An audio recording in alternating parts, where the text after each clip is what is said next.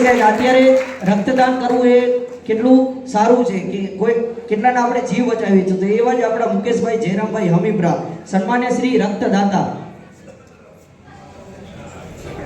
રક્તદાન એક માણસનું જીવન છે.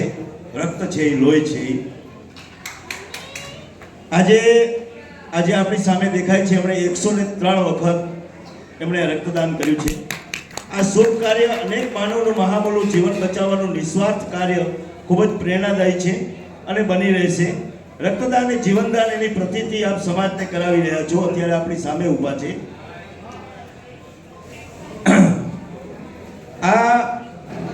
આપે જીવન બચાવવાના ઉમદા હેતુ માટે સમર્પણ દર્શાવ્યું છે.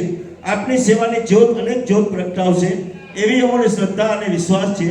આપની નિયમિત રક્તદાનની સેવા ભાવના બદલ આપ શ્રીને બિરદાવતા આનંદની લાગણી સાથે ગૌરવ અનુભવ્યું છે અને સાથે ભગવાન આપને સારું સ્વાસ્થ્ય આપે અને સદાય આવા ઉમદા કાર્યમાં પ્રેરણા બનતા રહો એવી શુભકામનાઓ. કારણ કે આ મેં એટલા માટે વાંચ્યું, બધામાં લખ્યું છે અમે પણ કહેવાનો મતલબ કે રક્તદાન એ આજના સમયની ખૂબ મોટી માંગ છે. કારણ કે રક્તદાન જેવું કોઈ દાન નથી. માણસ સોનું આપી શકે, ચાંદી આપી શકે, પણ સગો ભાઈ હોય અને ભાઈને બ્લડની બોટલની જરૂર હોય તો આપણે બ્લડ બેંકમાં ગોતવા જઈએ છીએ.